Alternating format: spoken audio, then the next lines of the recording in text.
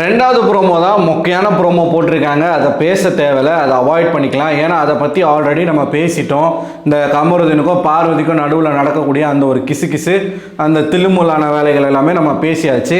அரோரா நடுவில் எப்படி வந்து ஒரு ட்ரையாங்கல் காம்போ ட்ரை பண்ணுறாங்க அதை பற்றி எல்லாமே நம்ம பேசியாச்சு. அதனால் ரெண்டாவது ப்ரோமோவில் காலையில் அது ஒரு மொக்க டாப்பிக்கு, அதை உட்காந்து பேசிக்கிட்டு இருக்காங்க. அதை ப்ரோமோவாக போட்டாங்க, நம்ம விட்டாச்சு. மூணாவது ப்ரோமோ வேறு எதனா இன்ட்ரெஸ்டிங்காக காட்டுவாங்கன்னு பார்த்தா மூணாவது ப்ரோமோவும் அதனுடைய கண்டினியூவேஷன் தான் நடக்குது. ஆக மொத்தத்தில் என்ன தெரியுது, இன்றைக்கி வந்து எதுவுமே சொல்கிற மாதிரி கண்டென்ட் இல்லை. இந்த பிக் பாஸ் பள்ளிக்கூடம், இந்த பிபி ரெசிடென்ஷியல் ஸ்கூல் இருக்கு இல்லையா, அங்கே இவனுங்க ஒரு ஆணியையும் பிடுங்கலை அப்படிங்கிறது நல்லாவே தெரியுது. ஒரே ஒன்று மட்டும் இமேஜின் பண்ணிக்கோங்க, கொடுக்கப்பட்ட டாஸ்கில் இவங்க வந்து 12th ஸ்டூடெண்ட்டு, ஆனால் இவங்க பிஹேவ் பண்ணுறது எல்லாமே 5ஆம் கிளாஸ் பசங்க மாதிரி பிஹேவ் பண்ணிக்கிட்டு இருக்காங்க. குறிப்பாக வினோத், மீஸ் இவன் பல்பம் திருடுறான், மீஸ் இவன் சாக்பீஸ் திருடுறான், இப்படி பேசிக்கிட்டு இருக்காப்புல. அப்போ இது எப்படி இருக்கும்? ஏன்னா கிளியராக கொடுத்துருக்காங்க 12வது படிக்கிற பசங்கன்ட்டு, அதுக்கேற்ற மாதிரி நடந்துக்காமல் ப்ரீகேஜி பசங்க மாதிரி பண்ணிக்கிட்டு இருக்காங்க. அப்போ இந்த டாஸ்க் எந்த லட்சணத்தில் போகுன்றதை நீங்கள் இமேஜினேஷன் பண்ணிக்கோங்க, ஓகேவா? இந்த ரெண்டாவது ப்ரோமோ மூணாவது ப்ரோமோவில் எதை பற்றி காட்டியிருக்காங்க அப்படின்னு பார்த்தீங்கன்னா, பார்வதி கமருதீன் இவங்க 2 பேருக்கு நடுவில் நடக்கக்கூடிய அந்த ஒரு காதல் போராட்டம். அது காதல் போராட்டம் இல்லை மக்களே, அது வந்து ஒரு காம போராட்டம். காதல்னு தயவு செய்து யாரும் நினச்சிடாதீங்க, ஏன்னா அவங்களே அதுக்கான ஒரு விளக்கத்தை கொடுத்துட்டாங்க. இது லவ் கிடையாது, இது ஃப்ரெண்டுக்கும் மேலே லவ்வுக்கும் கீழே. இந்த நடுவில் இருக்கிறாங்க பார்த்தீங்களா, அவங்க தான் இருக்கிறதுலே டேஞ்சரான ஆட்கள். அந்த மாதிரியான ஒரு விஷயத்தை தான் இவங்க ட்ரை பண்ணிக்கிட்டு இருக்காங்க. ஸோ ரெண்டாவது ப்ரோமோவில் கமருதீன் வந்து பார்வதிக்கிட்ட பேசுவார். என்னென்னா அரோரா பற்றி பேசியிருப்பார். இப்போ என்ன ஆகுதுன்னா, அரோராவுக்கு பார்வதி கூட கமருதீன் பேசக்கூடாது, பார்வதிக்கு கமருதீனை விட்ட ஆள் கிடையாது, கமருதீன் கிட்ட பேசாமல் இருக்கவும் முடியாது. கமருதீனுக்கும் அரோராவும் வேணும், பார்வதியும் வேணும். என்னடா பண்ணுறது? அரோரானா வெறும் ஃப்ரெண்ட்ஷிப்பு தான், பார்வதினா ஃப்ரெண்ட்ஸ் வித் பெனிஃபிட்டு. அதனால் நம்ம அரோரா இல்லைனாலும் பரவாயில்ல, பார்வதி கிட்ட போயிடலான்னு கமருதீன் பாஞ்சிட்டாப்படி. ஸோ அரோரா என்ன சொல்லிட்டாங்கன்னா, இனிமேல் நீ என்கிட்ட பேச தேவையில்லை, நானும் உங்ககிட்ட பேச போகிறதில்ல, நீ எனக்கு வேண்டாம், நீ பார்வதி கூட போயிரு, பார்வதிக்கே உன்னை ஒப்பட, எக்காரணத்தை கொண்டும் பார்வதியோடைய ஒருத்தருடைய பார்வதி தொட்ட அந்த ஒரு பொருளை நான் தொடமாட்டேன் அப்படின்னு அரோரா ஒரு பக்கம் கமருதீனை ஒதுக்கிட்டாங்க.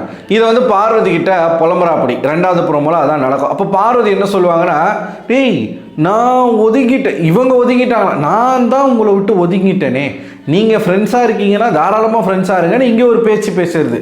பின்னாடி போயிட்டு அவங்க பாரு எப்படி வந்து தோளில் சாயிறாப்பார், என் முன்னாடி எப்படி கையை பிடிக்கிறாப்பார், என் முன்னாடி எப்படி கட்டி பிடிக்கிறாப்பார், இப்படி போட்டு புலம்பிக்கிட்டு இருக்க வேண்டியது. இதெல்லாம் மற்றவங்கக்கிட்டே இவங்க சொல்லியிருக்காங்க. இதுதான் ரெண்டாவது ப்ரோமோ. மூணாவது ப்ரோமோவில் நீங்கள் பார்த்தீங்கன்னா பார்வதி வந்து அமித் கிட்ட பேசிகிட்டு இருப்பாங்க. இப்போ அரோரா வந்து எப்படி பார்வதியை வெறுப்பேற்றுறதுக்கு கமருதீன் கையை பிடிக்கிறது, தோளில் சாயறது மாதிரியான விஷயங்கள்லாம் பண்ணாங்களோ, அதே மாதிரி பார்வதி அமித்னுடைய தோளில் சாஞ்சி பேசிகிட்டு இருப்பாங்க நேற்று. அதை பார்த்த உடனே பார்வதிக்கு காண்டாயிட்டு இருக்குது. கமருதீனுக்கு வந்து காண்டாயிட்டு இருக்குது. அதை பார்வதி கிட்டையும் சொல்லியிருக்கான், வினோத்துக்கிட்டையும் சொல்லியிருக்கான். அதெல்லாம் அங்கே வந்து பேசிகிட்டு இருக்காங்க. அப்போ பார்வதி என்ன சொல்கிறாங்கன்னா, பார்த்தியா நான் உன் தோளில் செய்யும்போது அவனுக்கு எவ்வளோ காண்டாச்சு பார்த்தியா. இதை கானா வினோத்துக்கிட்ட சொல்லும் பொழுது அமித் வந்து கேட்டுட்டு இருக்காப்புல பக்கத்தில்.